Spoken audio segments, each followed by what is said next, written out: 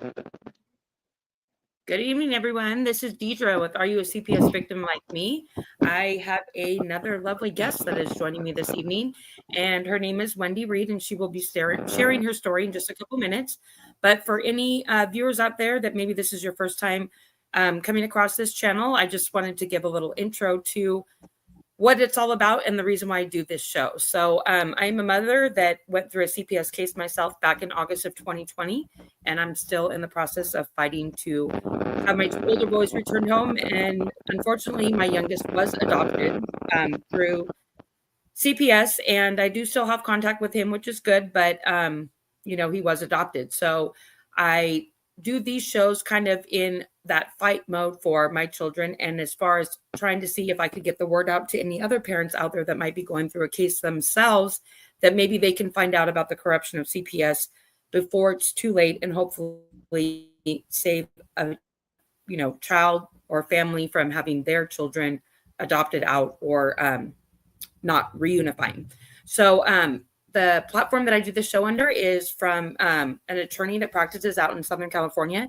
His name is Mr. Vincent W. Davis, and he's been practicing CPS, juvenile dependency trial lawyer for over 35 years. And if I would have found him a little bit sooner in my case, I feel like maybe my children, would have came home. And so again, more knowledge that I feel like us parents that have gone through this or are going through this can get the word out to parents that maybe aren't aware of really what CPS is all about and the corruption that comes with it.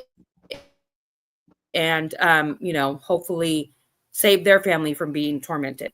So I don't want to take too much time away from a guest, but anybody in the future that wants to come on and share your story, you can always call into the 888 number on the bottom right-hand corner of the screen. And Grace, my producer, can get you scheduled. I do my shows every Wednesday at 5 p.m. Pacific time. And I would love to have you come on and share your story. Because again, the more knowledge that gets out there, then hopefully one day maybe we can bring all of this to an end and save our children. So I'm going to go ahead and let Wendy take the floor and share her story. So Wendy, if you want to say where you're from and then start from as far back as you would like. Well, I am Wendy Reed, and I am from Texas. Um, well, so it starts back. It goes back to 2020. Um, it starts around the end of 2020, beginning of 2021, when the big freeze happened here in Texas. Um, we had just bought our new house and our new farm, and we had our two youngest kids.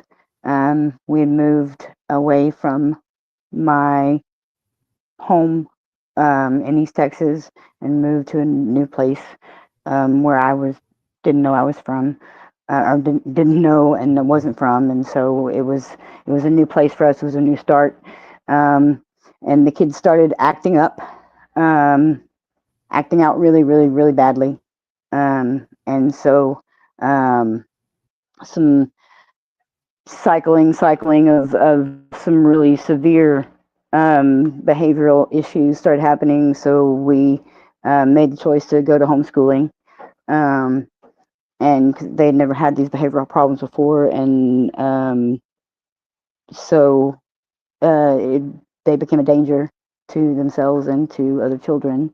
Um, and in this time, my son started being an elopement risk at 9 years old.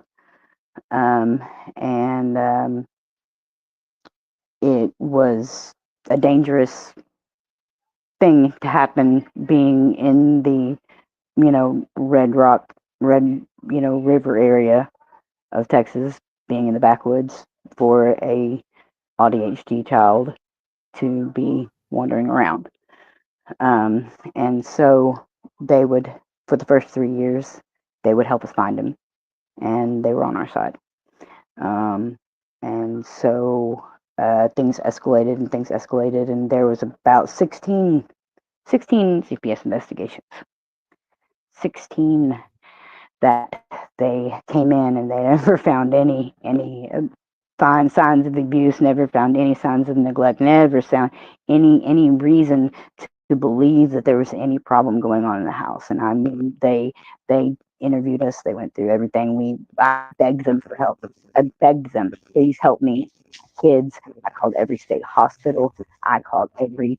Please, I'm begging for help. Please, can you please do something? How to move my son? Please, there's something going on. Please help me with my daughter. She's, doing things that a 12, 14-year-old daughter shouldn't do. We were going through things that, somebody had introduced her to Discord. So, being the scared parent that I am, restricting all internet access for a child, I did not know that was abuse. That's abuse in in in in the eyes of the law, and it that apparently is, and it I'm being sarcastic, obviously, but that's, Yeah. apparently it somehow it translates to isolation, or somehow that it's somehow some way, um, because you're trying to protect your child. They translate it. Yeah. But we went through 3.5 years of going through the begging them, and 16 different investigations of telling them what's going on. This is, my son's running away. My daughter is doing this stuff on the internet, and TikTok, that thing. Um, I'm hope I can say that. Um, but she found her way to these social media places that corrupted her. And so when I'm begging CPS for help, they keep telling me that there's nothing Are wrong. you We on can't. freezing? Because you're coming like in and out on my end. Oh, I'm sorry. Is that better?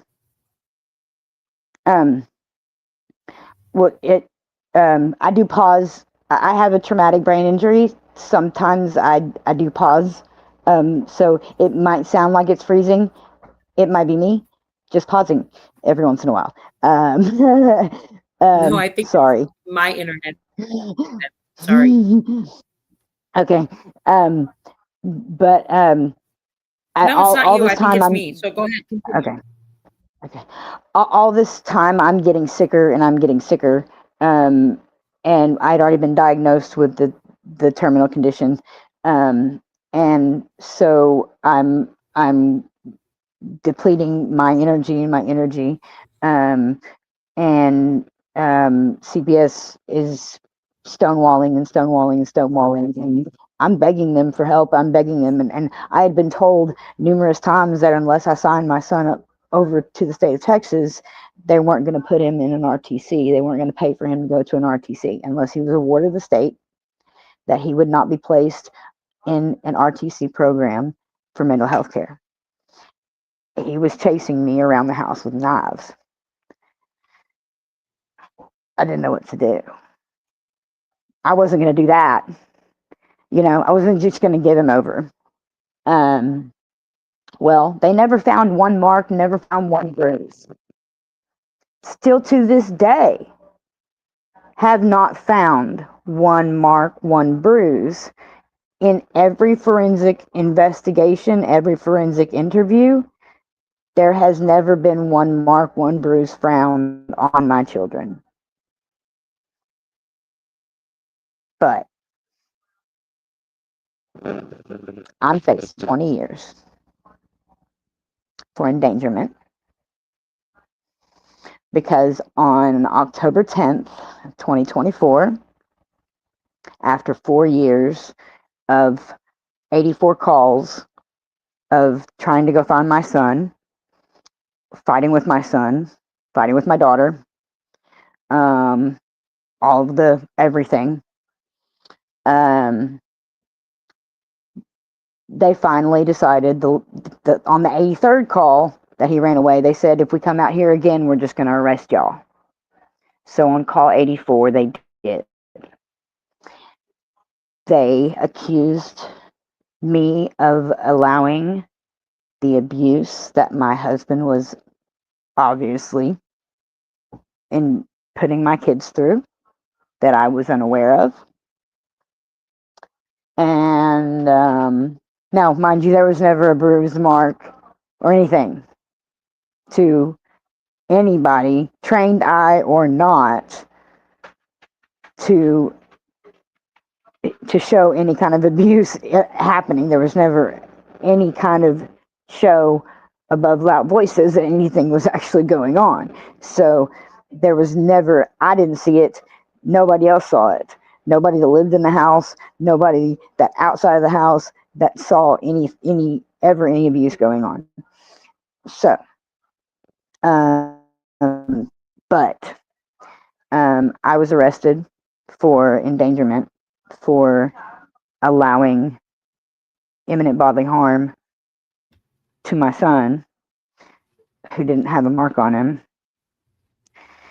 And then they proceeded to take my daughter, who as well, but they ruled me out of everything. But here we are 11 months later, and they still won't return my children because I have a non-indicted pending criminal charge. Non-indicted now. It is just pending because they can't put it to the grand jury because the grand jury won't allow them to continue it to go forward. And if it drops, then CPS has no case because the neglectful supervision will be negated if the endangerment goes away. So I watched them slide $1,000 check to the sheriff the day they arrested me for the apprehension of a dangerous child abuser.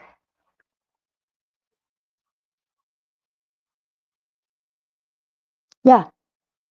And they'll Now, tell you you we mentioned to me often do earlier when that. we were talking about your story that you're out on bond. So, when do you have like a separate criminal? Yep, I have a separate criminal case along with the CPS case. Now, the statute of limitations runs out. They have 3 years before they have to drop my criminal charge. There's 2 years for CPS. And the county that it's in, they have a habit of dropping the criminal charge on month 25.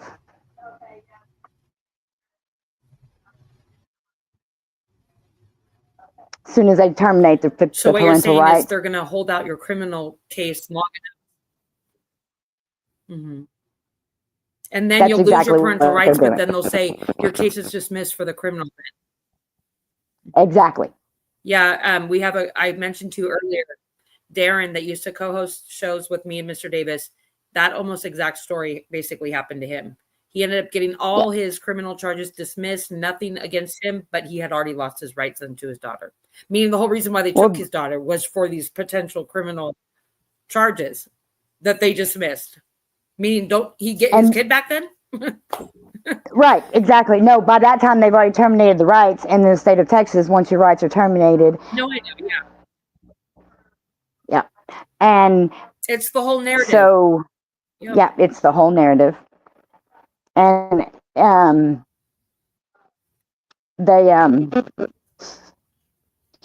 they keep going back and forth and back and forth and back and forth with I've completed my service plan. I've done everything I was supposed to do. I left my husband. I'm surviving on my own as a wheelchair individual. That they're sadly using against you now, right? Living.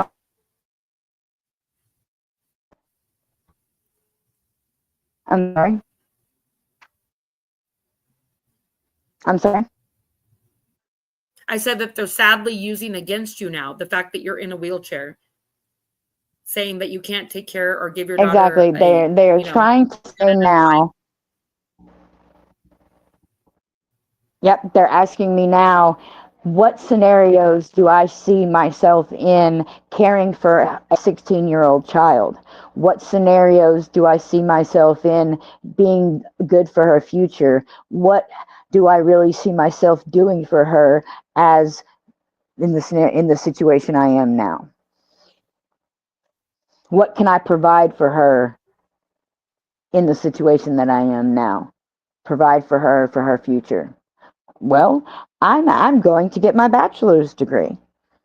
I'm in my bachelor's program in psychology. I'm going to become a counselor. I'm planning to provide the best that I can for her in the time that I have left. I'm not trying to take care of her for the rest of her life. She's got 2 years left. I wanted to get her to 18.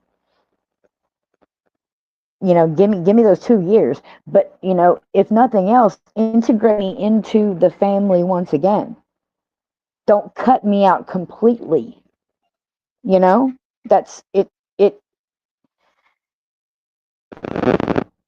It doesn't have to, because I've been ruled out of everything. I never abused my child. I never abused either one of my children, and they know.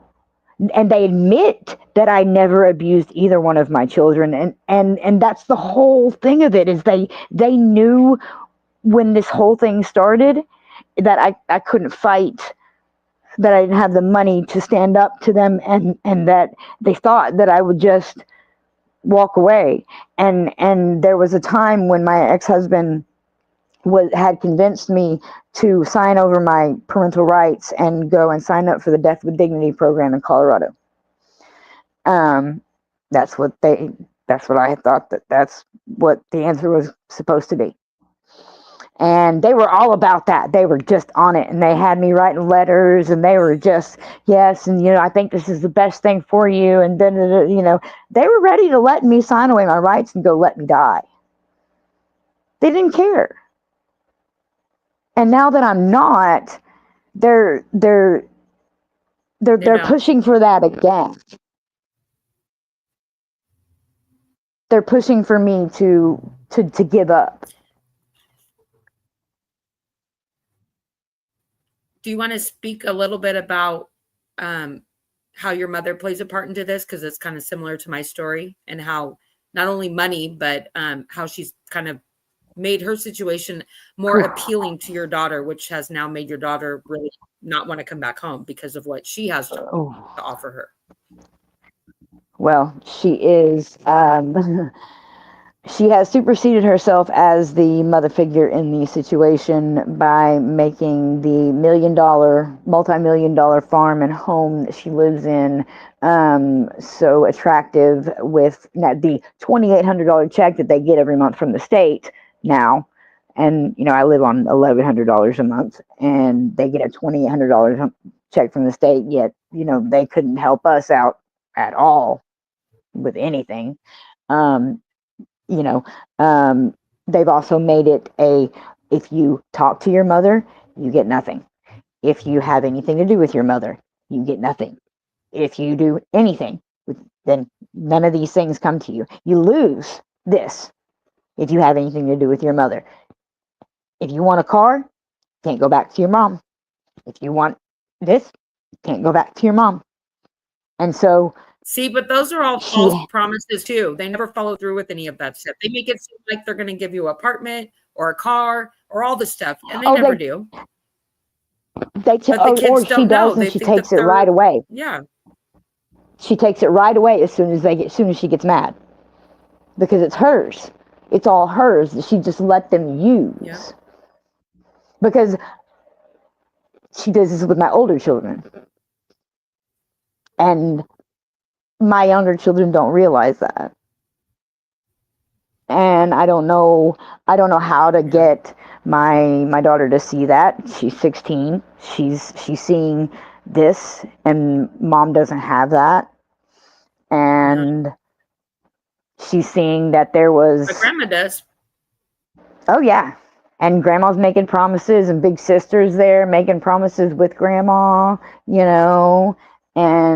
and so they've got a lot of people in their corner bumping them up. And when in the kinship program, they have a program now for every child. The more difficult the child is, the more money they pay that family. So the more problems, if a kid's sneaking out, there's more money. More medication. If the kid's More Yep. medication, More yep. medication, more money. It's all part of If you have to have a security yep. alarm, if you have to have security alarms or systems or whatever put on the child's door because they're doing this or that, that's more money they're paying them. All of it, all of it, all of it equals out to more money that the state, the federal government pays the state, so the state pays more money to the kinship program, to the kinship placement. And so that's what they're doing. And so Yep. I sit here and I listen to And all the the negativity sad part of about it my all too. daughter. So we have a little bit of a delay again, so I Uh-oh. apologize to the viewers out there, but we're trying to work through it. So hopefully the viewers will work through us too. But sorry if it sounds like I keep cutting you off, but we have a little delay. What I wanted to say at that point was a lot of people don't realize that reunification gets like the Title IV funding from the federal government.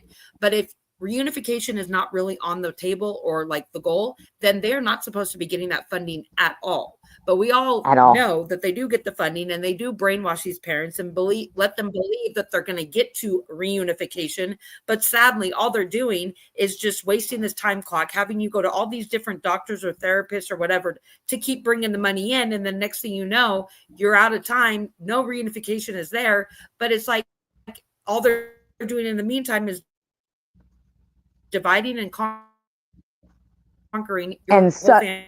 So if all yep. family to go against you, you'll win more of the day because these bonuses to children or keep them in like a legal guardianship, and the money will just keep coming. Yep. And then we're left at the end of the day, Yep. no children. And then they forget about the children too. If they get adopted out or a legal guardian, you think they really care to check up on them later on? Nope, they're done now. They got their money, and your life has all been torn apart. Or the mother commits suicide. How many mothers have committed suicide because of it? Yeah, because you just can't take the pain at one point. You finally, that's what they want to do though too. They want to You just break break. you to that point where you give up. Yep. Like those two kids I mean, that who actually wouldn't that is truly a sued mother or the father that state. cares for their children? Yep. Those two kids that finally sued the state because their mother couldn't, because they took them, you know? Yeah. That finally won. I forgot where you were at your story where I kind of cut you off, but I wanted you to speak a little bit about, you just had court today, and I think you said it was Yes. a review hearing. I It think was not 6-month good. review. I'm not sure. It I was. forget. So maybe you want to Was speak a little bit no. about This was where you're supposed to be. This was supposed to be the hearing before our trial, and they did an extension, and they extended it out 6 more months. Today I just got told that we again cannot do family So you still have therapy with my reunification daughter services, because or have those been terminated? no, I'm done with service. I'm doing therapy, but I have not been terminated yet. No. No, your reunification services, have those been terminated? Nope. Still going. Not your parental rights, your reunification services, have those been terminated? Yeah, they're still going. They're Okay, still so going. you're still kind of not okay, yeah, that's good then. That's good. You're not too far into it as far as that part goes. But that doesn't mean they intend on reunification. That doesn't mean that they intend on reunification just because reunification services are still going. I haven't seen my kids in 11 months. Yeah. I haven't laid eyes on my children in 11 months.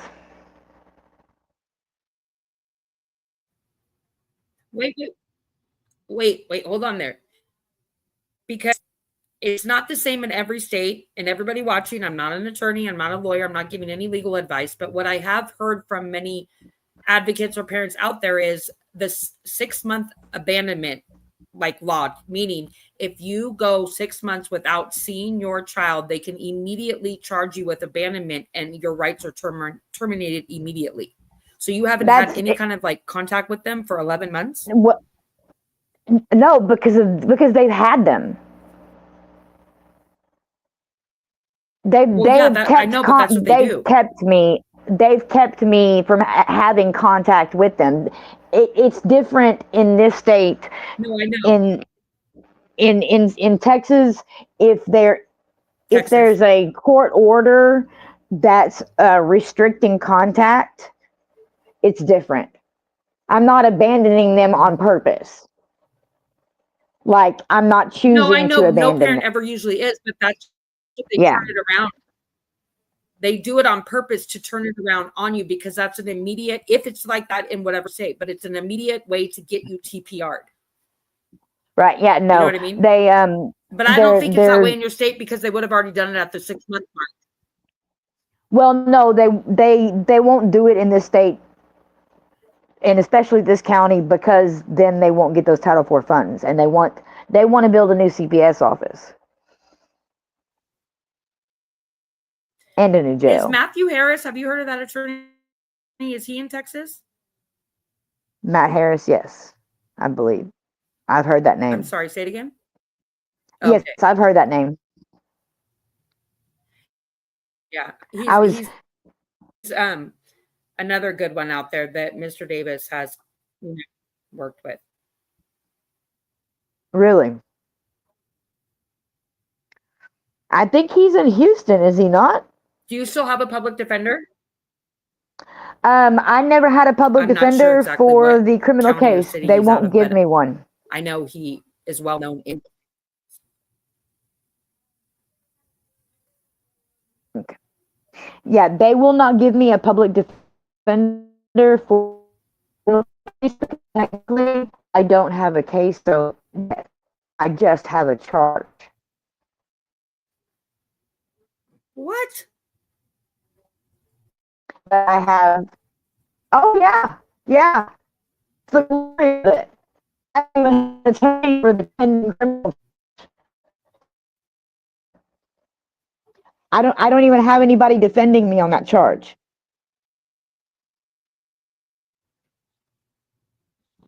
Yeah, Wow. and I So you can't have no public and I can't defender afford whatsoever it. for your CPS group.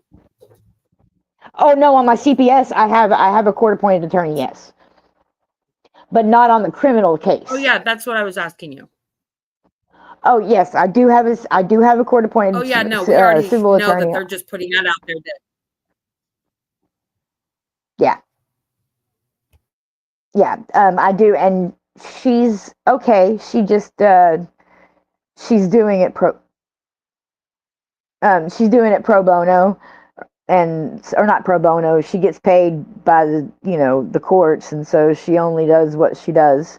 And so I have to do a lot of legwork myself. She's got her own law office. If I'm not paying her, then she's not going to go above and beyond for what I need her to do for me. well, yeah, like we But all know, she's we call confident them. we I can like to call win. them public pretenders. Oh Yeah, yeah, that's of course what she's absolutely. going to tell you. But well, has she ever filed any motions for you or done anything for you? Another thing that's always good to look into is the She did evidence. today. You can always ask at any time to. Yeah, but really, like, They follow up on that and ask for like to see a copy of your actual file to see if she's really truly submitting this evidence. She could say she is, but a lot of parents find out at the end of the day that they're really never truly submitting the evidence, and then the judge never sees it. So here you've done your whole case plan, but it's never really been turned in, as so to speak. So the judge never sees it, and then you sit there and wonder. Well, no wonder you lost because the judge is just going off of what's in front of him, and he never got any of the evidence. You know. well, Because again, they're all playing on the same team. You know what I mean? no, I mean I heard her today when she submitted the all of the stuff, and the judge read it over while we were Okay. there. Or what? Not there. It was Okay. over Zoom because Okay. Well, that's I good. can't And be at in the any time, you can courtroom. ask for your file. Yep, I need to Why? because I don't have my file. I No, can't why be in the can't you be in the courtroom courtroom? because my abuser is in the courtroom, and I am 3.5 hours away to get away So from him. therefore, you can't be there because he's there?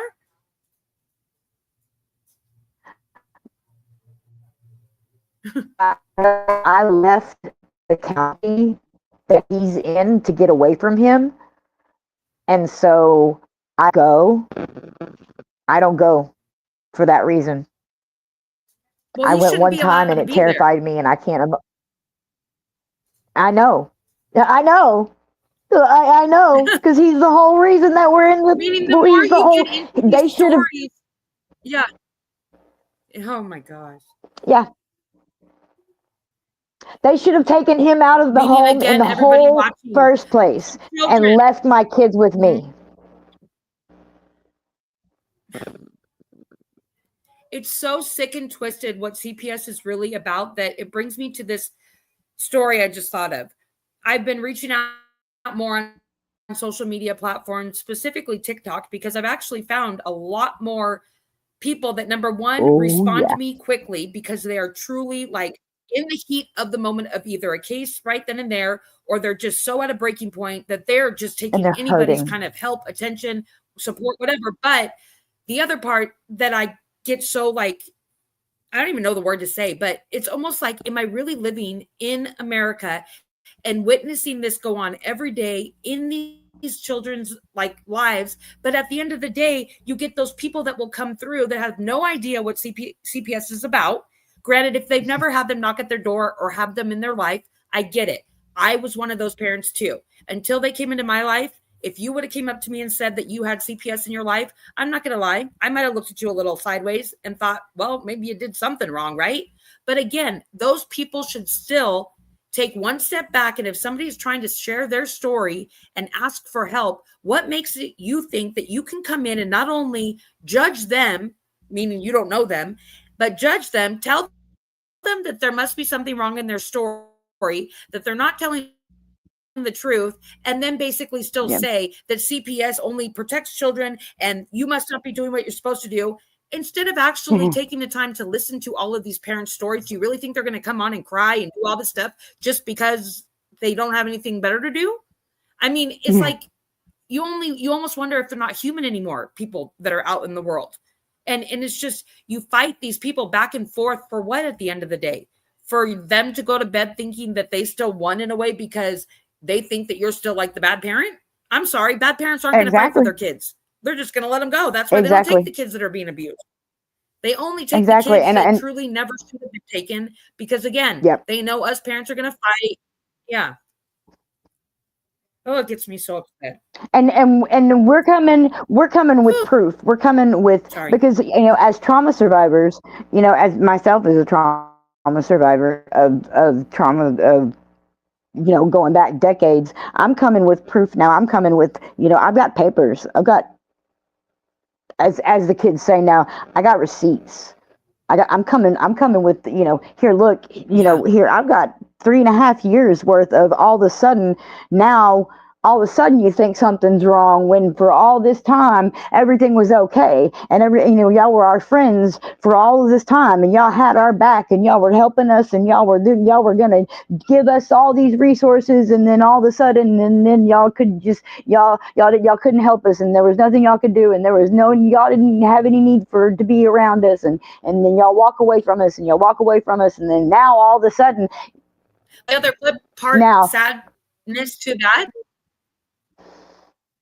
Hmm, yep.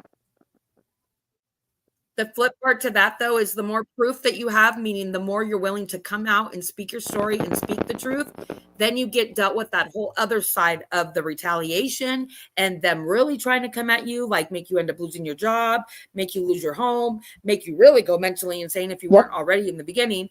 But they just I really lost then a come five at you. hundred And it's thousand like, dollar if I'm farm. telling the, oh, I believe it. I believe Yep. it.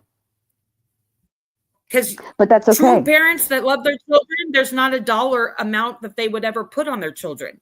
And that's the sad Nope. part too, is if I knew that there was going to be a price tag on my children, I would have never had children. You know what I mean? And it's just Right. disgusting because God gave us these children for a reason. They weren't born to nobody else. They were born to us parents.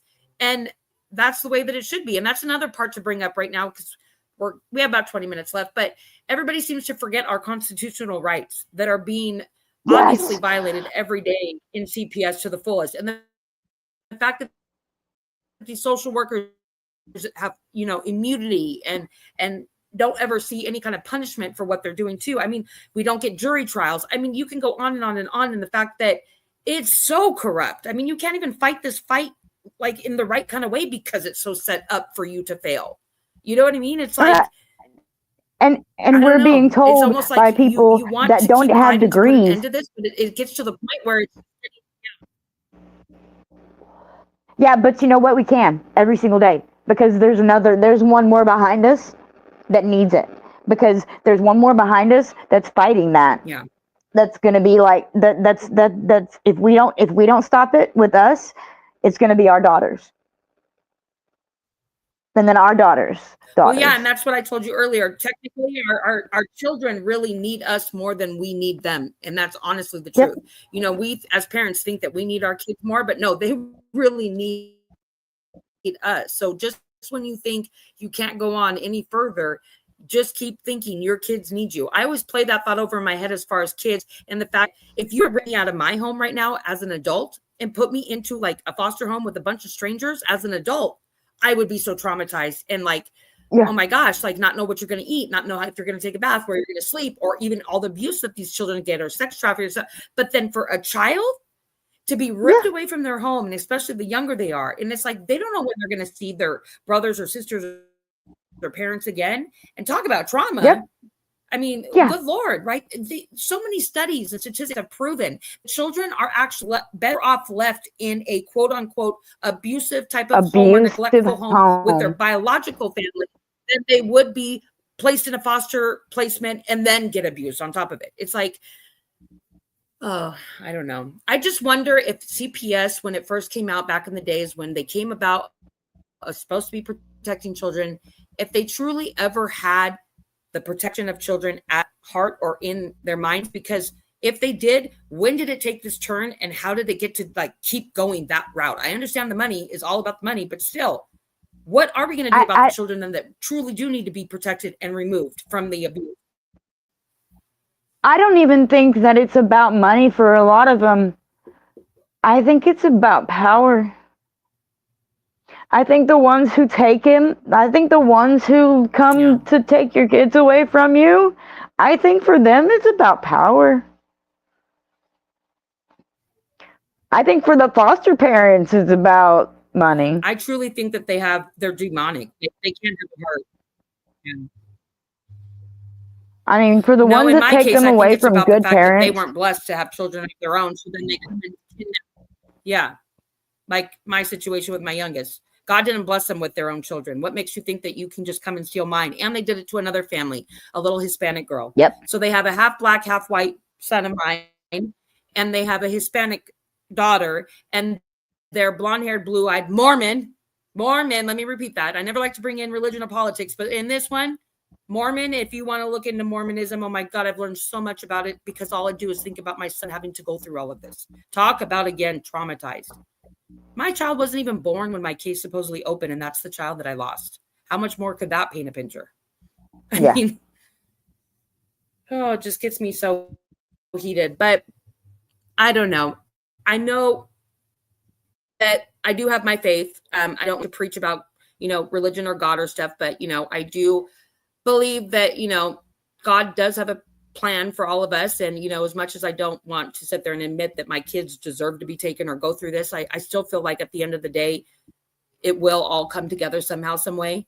And how that ends up being, I obviously don't know yet, but you just have to keep waking up every day for your kids and keep fighting and, do everything that you can to try and either stop this or, do something, because again, these children are really the ones that are obviously being abused and traumatized. And just think about it. 20 years from now, if all of our kids are going through this, what is this world really going to look like? There isn't even going to be a family dynamic anymore. Everybody's just going to be so torn apart. That was the thing is I wanted to I know you're the same way. I wanted to stop. I wanted to stop all this cycle. I wanted it to be those two were going to be the ones that didn't have to do it, the ones that didn't have to have this. That's like me and my husband. We both came from broken families. And the drama. Yeah. Those And were they the try to ones tell that me didn't every have to day deal into with my my kids' mother. face, And like if I didn't leave their father, they wouldn't be coming home. Yeah. right. It's really just And sick all the way around. They never have the children's best interest at heart. Never, ever, ever, ever, ever. My husband is basically on the brink of losing his life because he's let all of this truly just get to him. He can't get up every day and yeah, think that he's a good this enough is man anymore traumatic or for us. husband because he can't seem to get his family back. Yeah. And It's really sad. it's gonna kill him. Let me let me tell you what it'll do to you physically.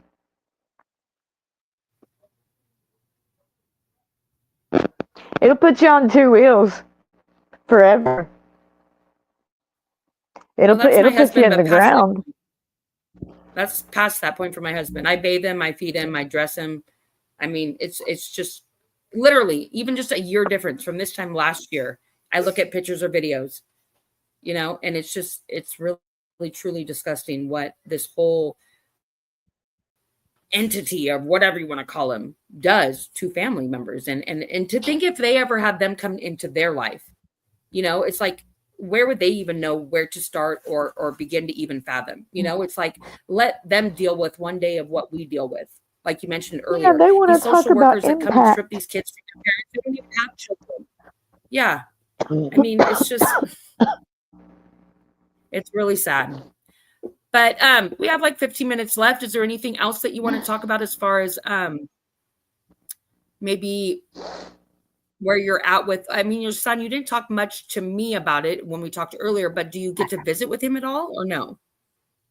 No, part of my bond conditions, my only one bond condition that I have is that I can have no contact with him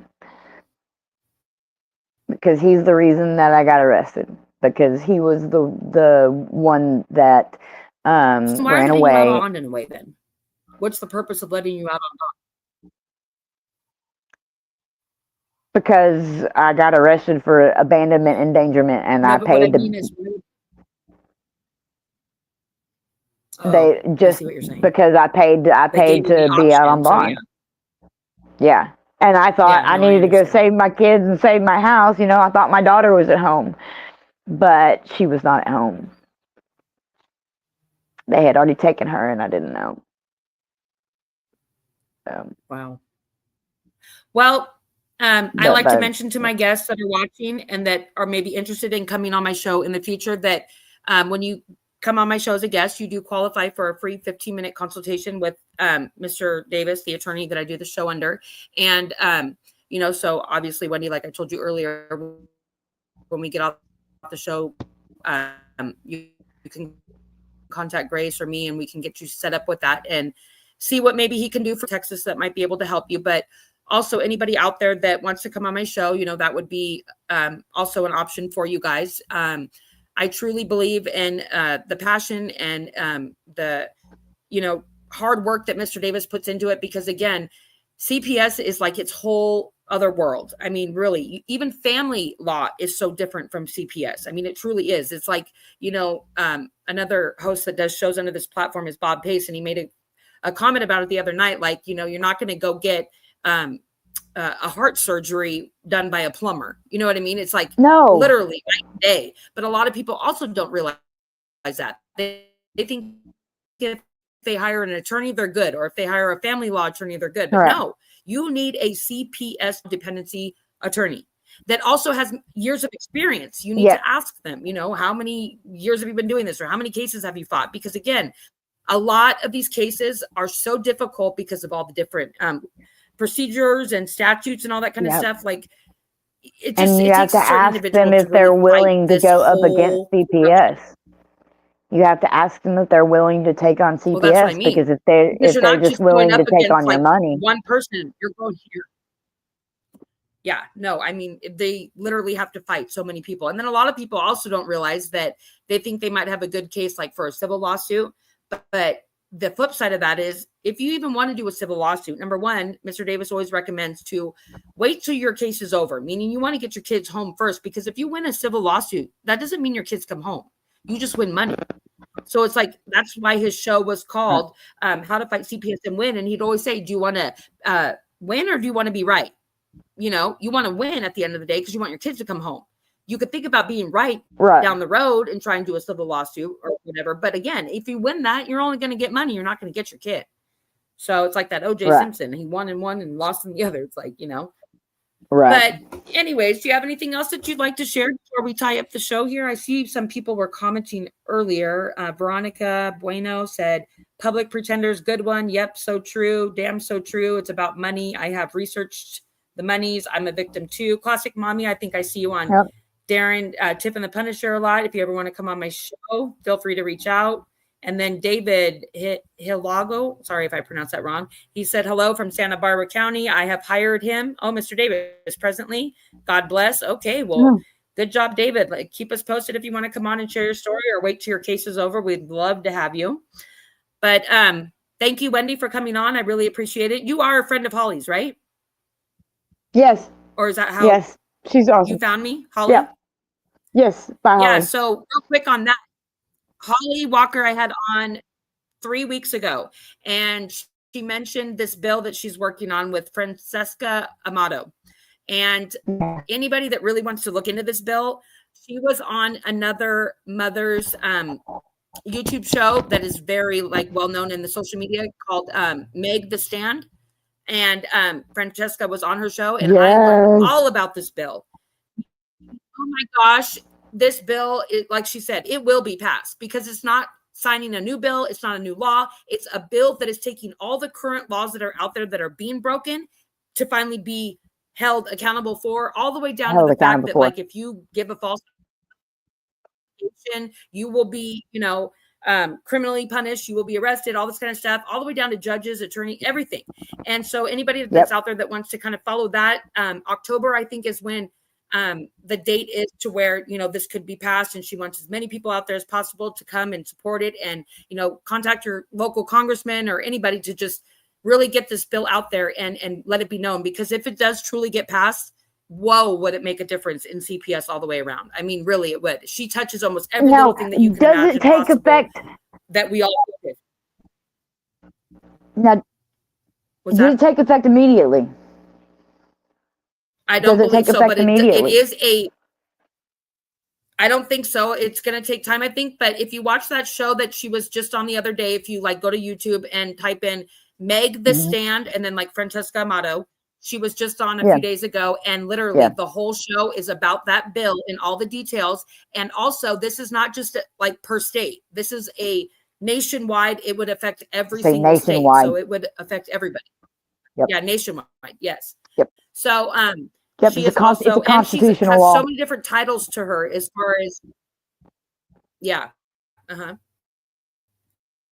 So with having said that, I again want to thank you for coming on and sharing your story. If you ever want to come on in the future to give us an update or anything else that you'd like to share, I would love to have you on. Absolutely. And again, the more people start speaking out, really showing light to what is going on, make that difference and not let any more children in the future continue to go down this road. So I thank anybody for watching, and please come back next Wednesday at 5 p.m. and we will, and speaking of that, real quick, big time Wall Street Journal guy, Dave Weigel, I think I said his name right. He was on Tip and the Punisher. Anybody familiar with that show about a month or two ago, and did a follow-up show. And I contacted him through that show and asked if he'd come on, and he's going to be following up in the next week or two and speak about what he's been working on. He has a whole foundation that he's got going on. And what the cool thing about him, if nobody's known, is he's bringing the light to this, family court, more or less, but CPS as well, in the fact that he's somebody that is from Wall Street. Meaning if he went through this kind of corruption, it would maybe kind of perk people's interest a little bit more, if you know what I mean. It wouldn't just be a typical mom or dad that's crying in their eyes, but somebody from Wall Street it could happen to. And that's why he's mainly doing it. He wants to bring all the people that don't believe this is really happening to the stories in a different light, and so he has a whole foundation that he's working on. So stay tuned, and hopefully he will be following through in the next few weeks here as well and being a guest here. So anything else? Last words, Wendy, or that's about it? No, I just want to say thank you so much for allowing me to come on and giving me the space to tell my Yes. story, and giving me space like this for mothers, unfortunately, like us, that exist out here. I sincerely appreciate you. But hey, your story might really, your story tonight, you never know, could really save a family. You never know. And so even if I prevent one child from being taken, then I feel like this has done its purpose. So keep fighting And and keep us anybody updated. available to We'd love to me, hear, you. yes. Okay, yeah. All right. Thank you, Wendy. Have a good night. And thank you, everybody. Next Wednesday, 5 p.m. Thank you, Miss Rachel. See you Thank you, again. Miss Grace. Bye-bye. Bye.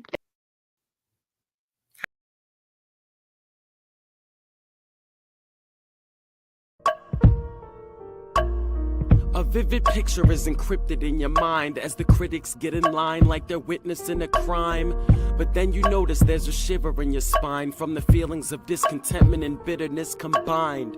Heartbroken when you listen to the judges, another kid's innocence corrupted. And if you go against it, it's destructive. Consider this predicament the toughest, but we believe in a system fit for justice. Child Protective Services only pretends to save it. The one solution for this is worthy of instant praises. 30 years of experience with relentless cases. Allow me to introduce them. This is Vincent Davis, defending you when they don't think a mother fits the role. Is it juvenile dependency or government control?